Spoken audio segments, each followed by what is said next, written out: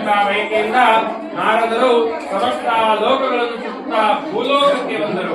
ಅನಂತರ ಅಲ್ಲಿ ನಾನಾ ವಿಧವಾದ ಕಷ್ಟದಿಂದ ಕುಡಿದಂತಹ ಅನೇಕ ಯೋನಿಗಳಲ್ಲಿ ಉದ್ಭವಿಸಿದಂತಹ ತಮ್ಮ ಪೂರ್ವಾರ್ಜಿತ ಕರ್ಮಫಲಗಳಿಂದ ಕಷ್ಟಪಡುವುದನ್ನು ನೋಡಿ ಈ ಲೋಕದ ಸಂಕಟಗಳ ಪರಿಹಾರ ಯಾವ ಉಪಾಯದಿಂದ ಸಾಧ್ಯವಾಗಬಹುದೆಂದು ಮನಸ್ಸಿನಲ್ಲಿ ಯೋಚಿಸಿ ಆಗ ವೈಕುಂಠವನ್ನು ತಲುಪಿದರು.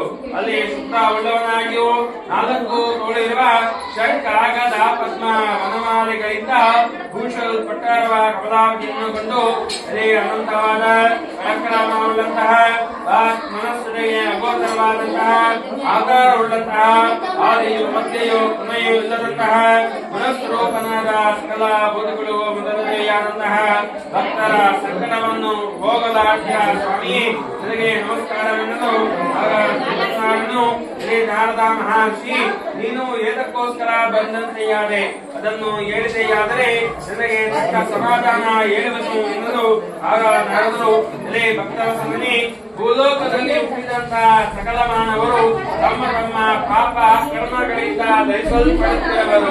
ಸುಲಭದಲ್ಲಿ ಅವರ ಸಂಕಟ ಹೇಗೆ ಪರಿಹಾರವಾಗುವುದು ಅದನ್ನು ನನ್ನಲ್ಲಿ ನೀನು ದಯತೋರಿ ತಿಳಿಸು ಎನ್ನಲು ಆಗ ಭಗವಂತನು ಹೇಳುವನು ಲೇ ನಾರದ ಮಹರ್ಷಿ ಪ್ರಪಂಚಾನುಗ್ರಹ ಸಾಕ್ಷರ ನೀನು ಚೆನ್ನಾಗಿ ಕೇಳಿದೆ.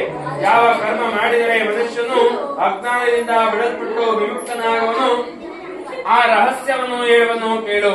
ಸ್ವರ್ಗ ಮೃತ್ಯು ಲೋಕಗಳಲ್ಲಿ ದುರ್ಲಭವಾದ ಅತಿ ಪುಣ್ಯಕರವಾದ ಒಂದು ವ್ರತವುಂಟು.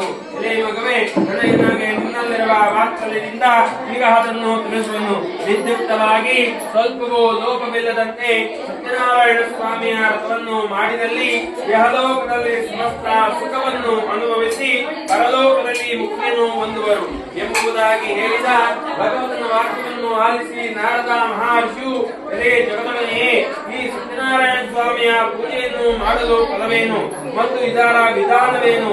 ಯಾರಿಂದ ಪೂರ್ವದಲ್ಲಿ ಈ ವ್ರತವನ್ನು ಮಾಡಲ್ಪಟ್ಟಿತು? ಈ ವ್ರತ ಆಚರಣೆಗೆ ಕಾಲ ಯಾವುದು? ಇವೆಲ್ಲವನ್ನು ವಿಸ್ತಾರವಾಗಿ ಹೇಳಬೇಕೆಂದು ಕೇಳಿದ ನಾರದರಿಗೆ ಭಗವಂತನು ಹೇಳುವನು ಈ ವ್ರತವು ದುಃಖ ಶೋಕಾದಿಗಳನ್ನು ಪರಿಹರಿಸುವುದು, ಧನ ಧಾನ್ಯಗಳನ್ನು ಸಮೃದ್ಧಿ ಪಡಿಸುವುದು, ಸಕಲ ಸೌಭಾಗ್ಯ ಸಂತಾನ ಉಂಟು ಮಾಡುವುದು, ಎಲ್ಲಾ ಕಡೆಯಲ್ಲೂ ಜಯವನ್ನು ಉಂಟು ಮಾಡುವುದು. ಯಾವ ದಿನಗಳಲ್ಲಿ ಮನುಷ್ಯರಿಗೆ ಈ ವ್ರತವನ್ನು ಮಾಡಬೇಕೆಂಬ ಅಪೇಕ್ಷೆ ಉಂಟಾಗುವುದು ಆ ದಿವಸ ಭಕ್ತಿ ಶ್ರದ್ಧೆಗಳಿಂದ ಕೂಡಿ ಸಾಯಂಕಾಲದಲ್ಲಿ ಸತ್ಯನಾರಾಯಣ ಸ್ವಾಮಿಯನ್ನು ಅರ್ಚಿಸಬೇಕು. ಧರ್ಮದಲ್ಲಿ ದುಃಖಿಗುಳುಮನಾಗಿ ವಿಪ್ರದಿಂದ ಒಳಗೂಡಿ ಶ್ರೇಷ್ಠವಾದ ಹಾಲು ಭಕ್ಷ್ಯಗಳು, ಬಾಳೆಹಣ್ಣು, ಹಾಲು ಮೊಸರು, ಗೋಧಿಟ್ಟು ಇವೆಲ್ಲವನ್ನು ಕಾಲು ಪಾಲು ಹೆಚ್ಚಾಗಿರುವಂತೆ ತೆಗೆದುಕೊಂಡು ನೈವೇದ್ಯವನ್ನು ಮಾಡಬೇಕು. ಆ ಬಳಿಕ ಫಲ ದಕ್ಷಿಣೆಗಳನ್ನು ಬ್ರಾಹ್ಮಣರಿಗೆ ಅರ್ಪಿಸಿ ಕಥೆಯನ್ನು ಕೇಳಬೇಕು. ಆನಂತರ ಬಂಧುಗಳಿಗೂ ಇಷ್ಟ ಮಿತ್ರರಿಗೂ ಭೋಜನವನ್ನು ಮಾಡಿಸಿ ತಾನು ಭೋಜನವನ್ನು ಮಾಡಬೇಕು. ಈ ರೀತಿಯಲ್ಲಿ ಈ ವ್ರತವನ್ನು ದೇವಾಲಯ, ನದಿ ತೀರ ಮೊದಲಾದ ಪ್ರದೇಶಗಳಲ್ಲಿ ಮಾಡಿದ ಬಳಿಕ ನೃತ್ಯ ಗೀತಾದಿಗಳಿಂದ ಸ್ವಾಮಿಯನ್ನು ಧ್ಯಾನಿಸಿ ಸ್ವಗೃಹವನ್ನು ಕುರಿತು ಬರಬೇಕು. ಈ ಪ್ರಕಾರವಾಗಿ 4 ವರ್ಷಗಳು ಈ ವ್ರತವನ್ನು ಆಚರಿಸಿ ಆದಿಯಲ್ಲಾಗಲಿ ಮಧ್ಯದಲ್ಲಾಗಲಿ ಕೊನೆಯಲ್ಲಾಗಲಿ ಉದ್ಯಾಪನೆ ಮಾಡಿದರೆ ಪೂರ್ಣ ಫಲ ಪ್ರಾಪ್ತಿಯಾಗುವುದು. ಈ ಮೇರೆಗೆ ಮಾಡಲು ಖಂಡಿತವಾಗಿ ಮನುಷ್ಯರಿಗೆ ಅಭಿಷ್ಟ ಸಿದ್ಧಿ ಉಂಟಾಗುವುದು. ಈ ಕಲಿಯುಗದಲ್ಲಿ ಇದಕ್ಕಿಂತಲೂ ಸುಖಕರವಾದ ಸುಲಭ ಉಪಾಯವಿಲ್ಲವೆಂದು ಶ್ರೀಮನ್ನಾರಾಯಣನು ನಾರದ ಮಹರ್ಷಿಗೆ ಹೇಳಿದಂತಹ ಕಂದ ಪುರಾಣದ ರೇವಾಖಂಡದ ಸತ್ಯನಾರಾಯಣ ಸ್ವಾಮಿಯ ವ್ರತಕಥೆಯ ಮೊದಲನೇ ಅಧ್ಯಾಯವು ಸಮಾಪ್ತಿಯಾಯಿತು. ವೀರವಿಕ್ರಮಾದೇಕಾಲಕ್ಷ್ಮೀ ಸತ್ಯನಾರಾಯಣ ಸ್ವಾಮಿ ದೇವತಾಭ್ಯೋ ನಮಃ. ಓಂ ಪ್ರಥಮ ಅಧ್ಯಾಯ ಕಾಲೇ ಆರಿಕೇಲ ಕಂಠದ್ವಯಂ ನಿವೇದಯಾಮಿ ಭೋಗೆ ಫಲಂ ಸಮರ್ಪಯಾಮಿ.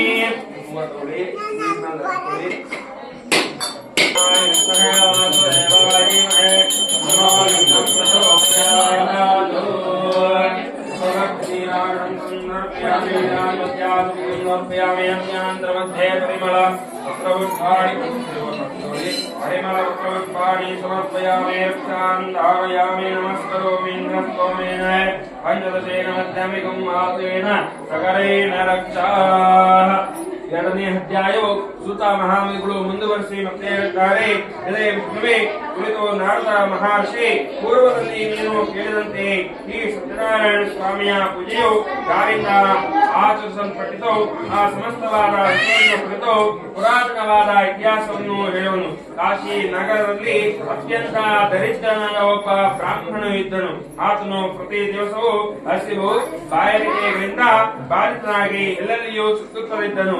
ದೀನದಲ್ಲಿ ಅತ್ಯಂತ ದವಿಳ ವಿಷ್ಣು ಬ್ರಾಹ್ಮಣ ರೂಪದಲ್ಲಿ ಬಂದು ಆ ದೀನನನ್ನು ದಯೆಯಿಂದ ಕೇಳಿದನು, ಹೇ ಬ್ರಾಹ್ಮಣನೇ, ಪ್ರತಿ ದಿನದಲ್ಲೂ ದುಃಖಿತನಾಗಿ ಏನಕ್ಕೋಸ್ಕರ ಸುತ್ತುತ್ತಿರುವೆ ಎಂದು ಕೇಳಲು, ಆಗ ಈ ಪುರುಷರನ್ನು ಇಂತಂದನು, ಹೇ ಪ್ರಭುವೇ, ನಾನು ಅತಿ ದರಿದ್ರನು, ವಿಚಾರವಾಗಿ ನಿಲ್ಲುತ್ತಲಿರುವನು.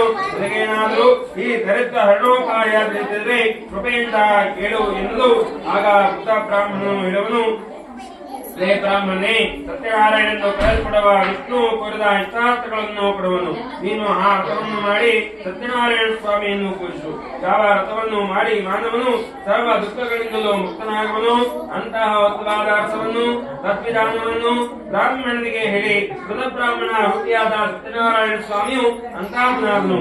ಅಂತಹ ಬ್ರಾಹ್ಮಣನು ಸತ್ಯನಾರಾಯಣ ಸ್ವಾಮಿಯ ಪೂಜೆಯನ್ನು ಮಾಡಬೇಕೆಂದು ಆ ಸ್ವಾಮಿಯನ್ನು ಧ್ಯಾನ ಮಾಡುತ್ತಾ ರಾತ್ರಿ ನಿದ್ರೆಯನ್ನು ಕೂಡ ಮಾಡಲಿಲ್ಲ. 6ನೇ ದಿವಸ ಬೆಳಿಗ್ಗೆ ಎದ್ದು ಸತ್ಯನಾರಾಯಣ ಸ್ವಾಮಿಯ ಪೂಜೆಯನ್ನು ಮಾಡುವನಾಗಿ ಸಂಕಲ್ಪ ಮಾಡಿಕೊಂಡು ಭಿಕ್ಷೆ ಬೇಡಲು ಹೋದನು. ಆ ದಿನದಲ್ಲಿ ಬ್ರಾಹ್ಮಣನು ವಿಶೇಷವಾದ ಹಣವನ್ನು ಹೊಂದಿದನು.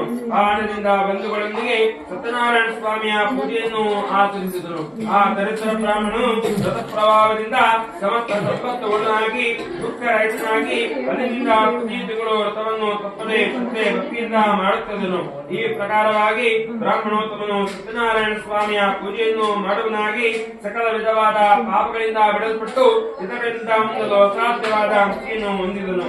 ರೇ ನಾರದ ಮಹರ್ಷಿ, ಈ ಸತ್ಯನಾರಾಯಣ ಸ್ವಾಮಿಯ ಪೂಜೆ ಆಚರಣೆಯಿಂದ ಸಕಲ ದುಃಖಗಳು ನಾಶವಾಗುತ್ತದೆ ಎಂಬುದಾಗಿ ಆ ಶ್ರೀಮನ್ ನಾರಾಯಣನು ನುಡಿದನು. ರೇಷಗಳೇ, ಈ ರೀತಿಯಾಗಿ ಶ್ರೀ ವಿಷ್ಣು ಮಹಾತ್ಮನಾದ ನಾರಗೋಸ್ಕರ ಹೇಳಿದ ವಿಷಯವು ನಮಗೆ ನನ್ನಿಂದ ಹೇಳಲ್ಪಟ್ಟಿತು. ಮತ್ತೇನು ಹೇಳಲಿ ಎಂಬುದಾಗಿ ಶೋಧಕಾದಿಗಳನ್ನು ಕುರಿತು ಸೂತ ಮಹರ್ಷಿ ನುಡಿದಾಗೆ, ರೇ ಮಹರ್ಷಿ, ಈ ಸತ್ಯನಾರಾಯಣ ಸ್ವಾಮಿಯ ಪೂಜೆಯನ್ನು ಆ ಬ್ರಾಹ್ಮಣರಿಂದ ಕೇಳಿ ಭೂಮಿಯಲ್ಲಿ ಮತ್ಯಾರಿಂದ ಮಾಡಲ್ಪಟ್ಟಿತು. ಆ ಸಮಸ್ತವನ್ನು ನನಗೆ ತಿಳಿಸಬೇಕೆನ್ನಲು ಆಗ ಸೂತರು ಹೇಳುವರು. ರೇಮಗಳೇ, ಪೂರ್ವದಲ್ಲಿ ಒಬ್ಬ ಬ್ರಾಹ್ಮಣನ ಮನೆಯಲ್ಲಿ ಸತ್ಯನಾರಾಯಣ ಸ್ವಾಮಿಯ ಪೂಜೆಯನ್ನು ಮಾಡುತ್ತಿದ್ದನು. ಆ ಸಮಯದಲ್ಲಿ ಅಲ್ಲಿಗೆ ಕಟ್ಟಿಗೆ ಮಾರನೊಬ್ಬನು ಮನೆಯ ಹೊರಗಡೆ ಬರೆಯನ್ನು ಇಳಿಸಿ ಬ್ರಾಹ್ಮಣನ ಮನೆಯನ್ನು ಪ್ರವೇಶಿಸಿ ಬಹಳ ದಾಹದಿಂದ ಪೀಡಿತರಾದರೂ ಕೂಡ ಬ್ರಾಹ್ಮಣನಿಂದ ಮಾಡಲ್ಪಡುತ್ತಿದ್ದ ವ್ರತವನ್ನು ನೋಡಿ ಏನೋ ಒಂದು ವಿಧವಾದ ಭಕ್ತಿವಂತನಾಗಿ ಸಾಷ್ಟಾಂಗವೇರಿಗೆ ಬ್ರಾಹ್ಮಣನು ಕುರಿತು, ಹೇ ಸ್ವಾಮಿ, ನಿಮ್ಮಿಂದ ಮಾಡಲ್ಪಡುತ್ತಿರುವ ಈ ಪೂಜೆ ಯಾವುದು? ಇದನ್ನು ಆಚರಿಸಿದರೆ ನಮಗೆ ಎಂತಹ ಫಲ ಬಂದಬಹುದೆಂದು ಕೇಳಿದು, ಆಗ ಕಟ್ಟಿಗೆ ಮಾರನಿಗೆ ಬ್ರಾಹ್ಮಣನು ಹೇಳುತ್ತಾನೆ, ಇದು ಸಕಲವು ಸತ್ಯನಾರಾಯಣ ಸ್ವಾಮಿಯ ಪೂಜೆ, ಕೋರಿದ ಯಥಾರ್ಥಗಳೆಲ್ಲ ಕೊಡತಕ್ಕದ್ದು. ನನಗೆ ವ್ರತ ಅನುಗ್ರಹದಿಂದಲೇ ಧನ ಧಾನ್ಯಾದಿಯಾಗಿ ಸಂಪತ್ತುಗಳು ಉಂಟಾಯಿತೆಂದು ಹೇಳಿದು ಕಟ್ಟಿಗೆ ಮಾರನ್ನು ಅತ್ಯಂತ ಸಂತೋಷದಿಂದ ಆ ಸತ್ಯನಾರಾಯಣ ಸ್ವಾಮಿಯ ಪ್ರಸಾದವನ್ನು ಭಕ್ಷಿಸಿ ಜಲಪಾನ ಮಾಡಿ ಆ ದಿವಸ ಕಟ್ಟಿಗೆ ಮಾರಿದ ಹಣದಲ್ಲಿ ಸತ್ಯನಾರಾಯಣ ಸ್ವಾಮಿಯ ಪೂಜೆಯನ್ನು ಮಾಡಬೇಕೆಂದು ಆ ಸ್ವಾಮಿಯನ್ನು ಧ್ಯಾನ ಮಾಡುತ್ತಾ ತಲೆ ಮೇಲೆ ಹೊರೆಯನ್ನು ಇಟ್ಟುಕೊಂಡು ಆ ಪಟ್ಟಣದಲ್ಲಿ ಪುಣ್ಯವಂತರಾದ ಧನಿಕರು ಎಲ್ಲಿಯರು ಅಲ್ಲಿಗೆ ಹೋದರು. ಆ ದಿವಸ ಎಂದಿರುತ್ತಲೂ ದ್ವಿಗುಣವಾದ 2ರಷ್ಟು ಲಾಭವನ್ನು ಪಡೆದನು.